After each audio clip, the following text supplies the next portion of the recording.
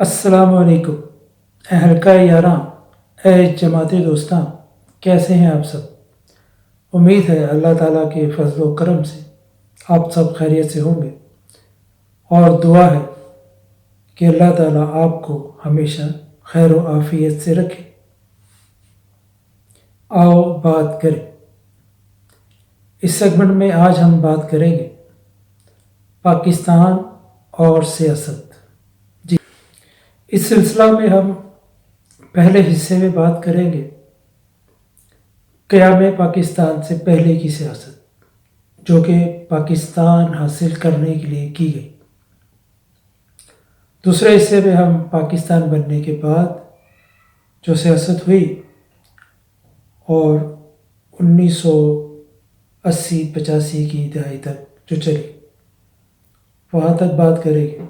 اس کے بعد تیسرے حصہ میں ہم 1985-90 سے لے کر آج تک کی جو سیاست ہے اس پر بات کریں گے، خاص طور پر آج کل جو سیاست ہو رہی ہے اور PDM یہ کیا ہے، یہ کس کا مخفف ہے اور اس کا مقصد کیا ہے، اس پر خاص طور پر بات کریں گے۔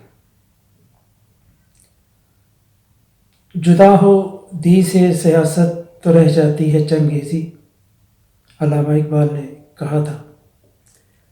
تو ہم چونکہ پاکستانی ہیں،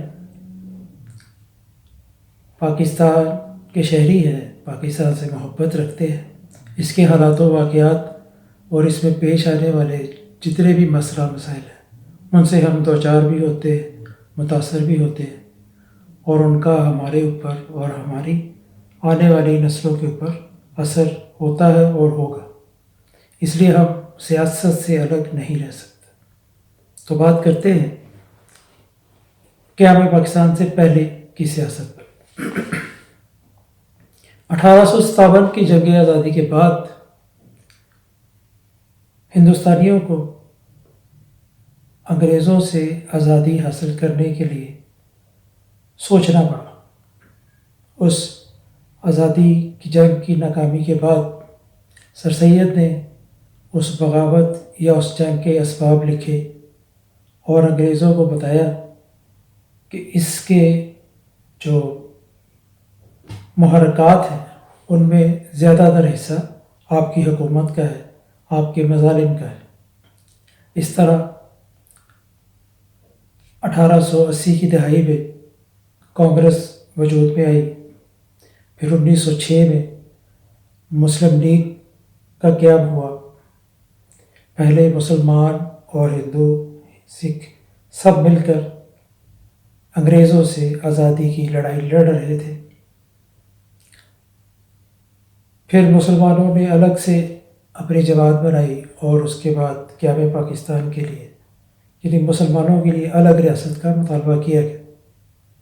انگریز کے خلاف ہندو اور مسلمان اور سکھ سب مل کر آزادی کی جدوجہد میں شامل رہے، اور انگریزوں کے خلاف جتنی بغاوت یا احتجاج یا آزادی کے لیے کوشش کر سکتے تھے کی۔ اس کے بعد جب 1906 میں مسلم لیگ کا قیام ہوا تو ہندو اور مسلمان دو الگ جماعتیں بن گئی، گو کہ کانگریس میں ہندو کے ساتھ مسلمان بھی تھے، لیکن ان دونوں سیاسی جماعتوں نے سیاست کی ایک دوسرے پر غلاظت یا کسی کی ذات پر کسی قسم کا کوئی کیچڑ نہیں اچھالا۔ یہ سلسلہ چلتا رہا یہاں تک کہ جلیانوالہ باغ کا واقعہ بھی پیش آیا، جس میں ہندو مسلمان سکھ سب متاثر ہوئے اور سب نے مل کر اس کے خلاف احتجاج کیا۔ اس کے بعد تحریک آزادی کی یہ جنگ تیز ہوئی، شدت اختیار کر گئی۔ 1931 میں علامہ اقبال نے خطبہ الہ آباد میں مسلمانوں کی ایک الگ ریاست کا تصور پیش کیا، تو جن مسلمانوں کے ذہنوں میں ایک الگ ملک کی خواہش تھی، سوچ تھی، خیال تھا، اس نے تقویت پکڑی اور ایک الگ ریاست کا سلسلہ شروع ہوا۔ 1931 سے 1940 تک بھی جو ان ہندوؤں اور مسلمانوں کی، مسلم لیگ کی اور کانگریس کی جو سیاست تھی وہ آج کل کی سیاست سے کئی گنا بہتر تھی، صاف تھی، ستھری تھی. کسی پر ذاتی کیچڑ اچالنا، الزام لگانا، کسی کے بارے میں کچھ غلط بات کرنا، یہ معیوب سمجھا جاتا تھا. اور 1940 میں جو قرارداد لاہور پیش کی گئی 23 اور 24 مارچ کو، جہاں آج مینار پاکستان موجود ہے، اس کے بعد 1947 تک بھی یہ سب سلسلہ کافی بہتر چلتا رہا، ٹھیک چلتا رہا. لیکن آخر میں آ کر جب 3 جون کو جو ہے فیصلہ ہو گیا تقسیم ہند کا، اور اس کے بعد کچھ انگریزوں اور ہندوؤں کی چال سے پاکستان کا کچھ حصہ کاٹ کر ہندوستان کو دے دیا گیا، تب بھی احتجاج کیا گیا، اس کا بائیکاٹ کیا گیا، مخالفت کی گئی. لیکن ذاتی قسم کی گندگی کسی پہ اچھالنے سے پرہیز کیا گیا. 1947 میں جب تقسیم پاکستان ہوئی اور ہجرت شروع ہوئی دونوں طرف سے، تو پھر کچھ معاملات ایسے ہوئے جس میں قتل و غارت، لوٹ مار اور آبرو ریزیاں، یہ سارا کچھ ہوا. یہ سیاست کا حصہ نہیں تھا لیکن بن گیا. کچھ سیاستدانوں نے یا مفاد پرستوں نے یا انسانیت دشمن جو عناصر تھے انہوں نے یہ سب کروایا اور کیا، جس کا دکھ، جس کا خمیازہ ہم آج تک سہ رہے ہیں، خمیازہ بھگت رہے ہیں، نقصان اٹھا رہے ہیں، اور زخم ابھی تک ہرے ہیں، بھرے نہیں.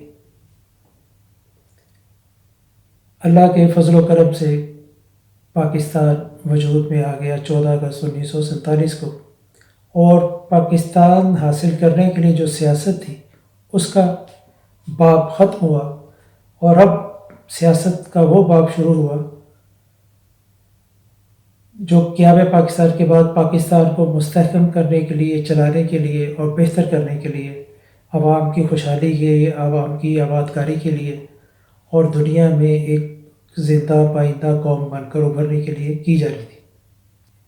اب ہم دوسرے حصے میں اس پر بات کریں گے. تب تک اجازت دیں، چینل کو سبسکرائب کریں، اور اللہ سے دعا ہے کہ وہ ہم سب کا حامی و ناصر ہو اور پاکستان کو ہمیشہ اپنی حفظ و امان میں رکھے. اللہ حافظ.